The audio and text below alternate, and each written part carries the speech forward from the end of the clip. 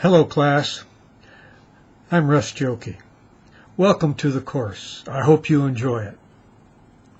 In this, our first discussion group, you get to do three things. First, you get to introduce yourself, tell us a little bit about who you are, what you're doing, what your goal is.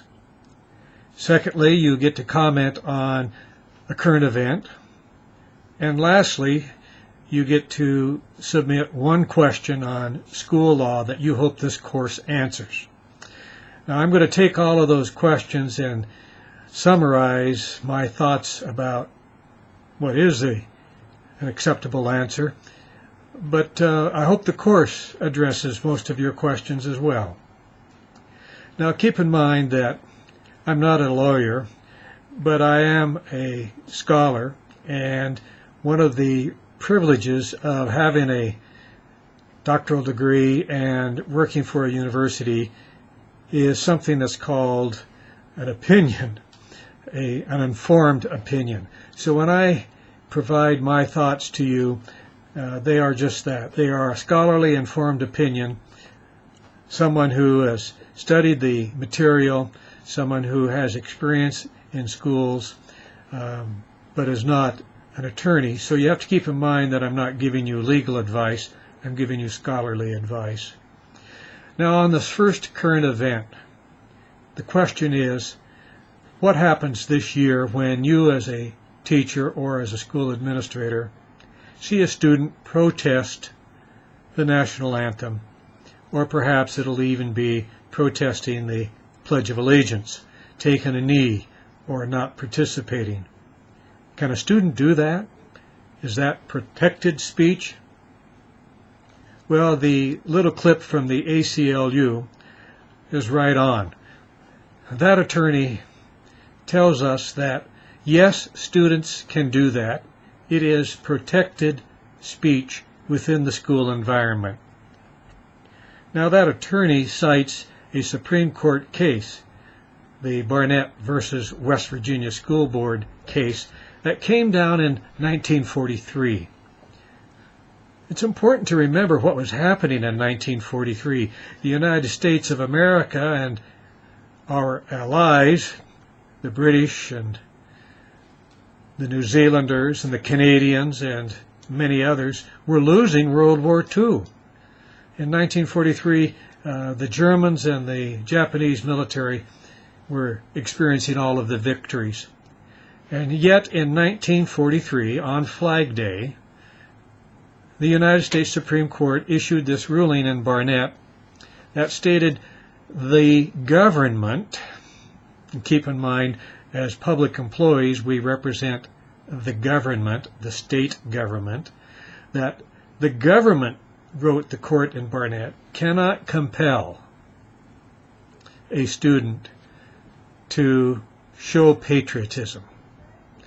And this Barnett case is one that is really worth reading. It has some of the best language ever delivered by the Supreme Court. They talk about no official, high or petty, shall be in a position of compelling patriotism.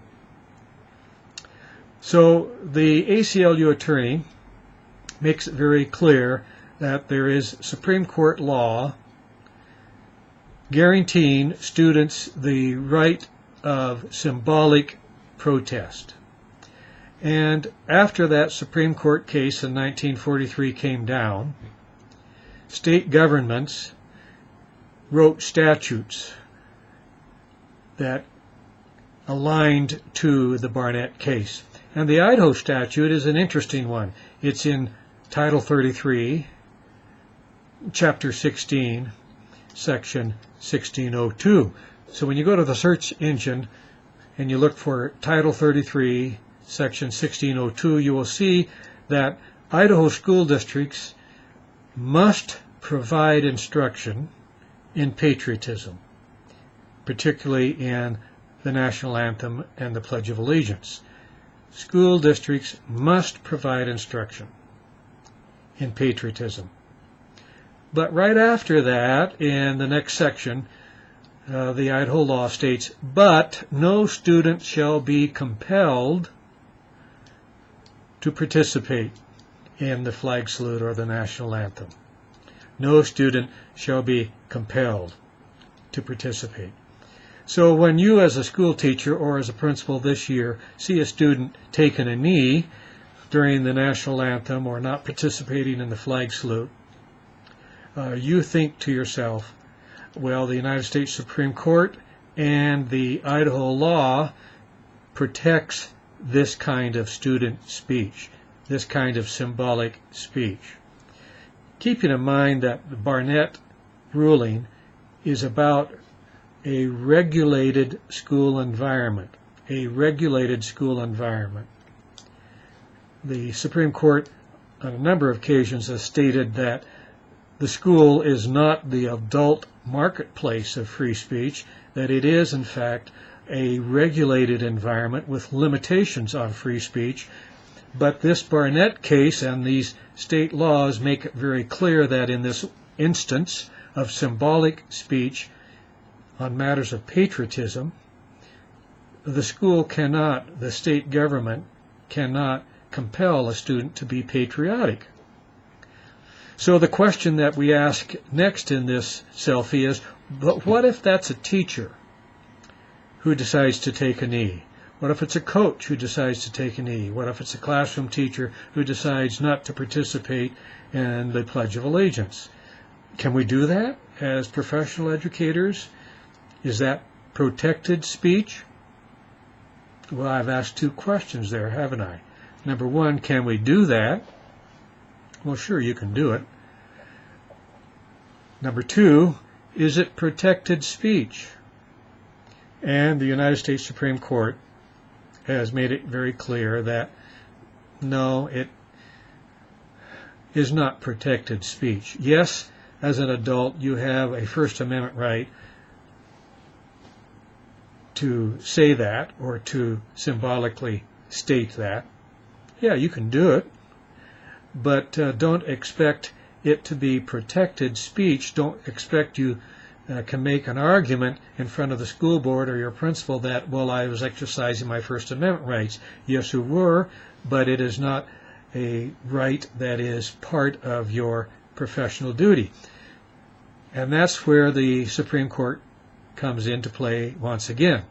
On page 33 of your textbook, the authors reference an important Supreme Court case called Pickering. And here the teacher, Mr. Pickering, decided to write a letter to the editor about a matter that the school board was promoting, and he disagreed with the school board.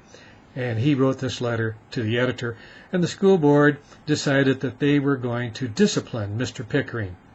Well, it went all the way to the Supreme Court of the United States, and the Supreme Court ruled in Mr. Pickering's favor, stating more or less a balancing test called the Pickering balancing test, that first of all, what was the context? First context was, as a citizen, I'm speaking as a citizen. Secondly, the court in the balancing test said, is this a matter of great public interest? Well, yes, it was. And so the court says when a school teacher acts as a citizen and makes a comment, it's going to be protected. The state government, i.e. the school district, cannot try to regulate or punish the teacher for that. However, later, the United States Supreme Court in another case that we will study, the Garcetti case, the Garcetti case distinguished itself from a public employee acting as a citizen and a public employee acting as an employee. This is a very important distinction, isn't it? If you act as a citizen outside your duties, you're entitled to the full protection of the First Amendment, and the state government cannot retaliate. However, if you're acting as an employee, your speech has some limitations. And in Garcetti, the Supreme Court made it very clear that if you are acting in the pursuit of your duties, if it's part of your job, the employer, the school district, the local state government, has a right to expect certain behaviors from you to carry out its mission of educating children. The school district has a right to impose restrictions then on your speech within the confines of your teaching assignment, within the confines of your duties. Well, how does the Idaho statute on patriotism fit into this? It goes back to, again, this idea that the school district is required by the state of Idaho to offer instruction. It follows naturally that those who must provide the instruction, classroom teachers, counselors, principals, any other employee who's part of that school environment, as part of providing the instruction, they must comport themselves in a certain way that represents the curricular goal, that represents the mission of the school district, that represents the provisions of the Idaho Educator Code of Ethics, that represents the job description. So if a teacher decides to take a knee or decides not to participate in the flag salute, the argument that I can do this because I have a First Amendment free speech right to do it and the school board cannot punish me will not hold.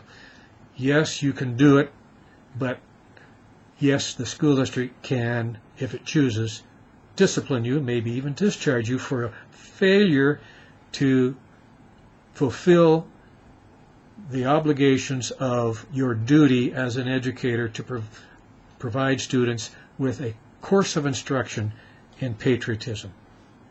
Now, that's a very important distinction between a student's right and a professional educator right. And I would say that a savvy school principal, and maybe even a savvy school teacher at the start of this year, would say at the first faculty meeting, you know, we're going to be seeing protests during football games, basketball games, maybe even in the classroom, on matters of the national anthem and the flag salute. Now, if a student decides to symbolically protest, we know that that's protected speech, and the student can't be punished for it.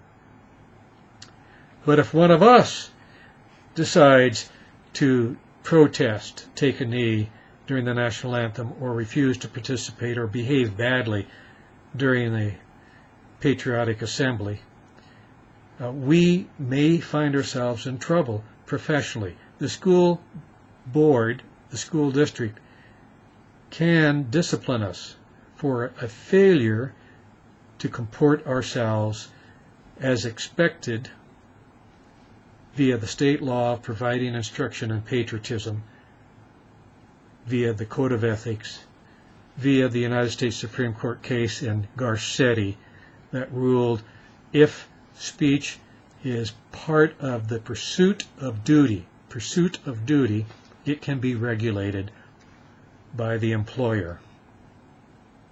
Well, I hope you enjoy the course. I hope you have fun throughout the course, and I look forward to teaching and learning with you online.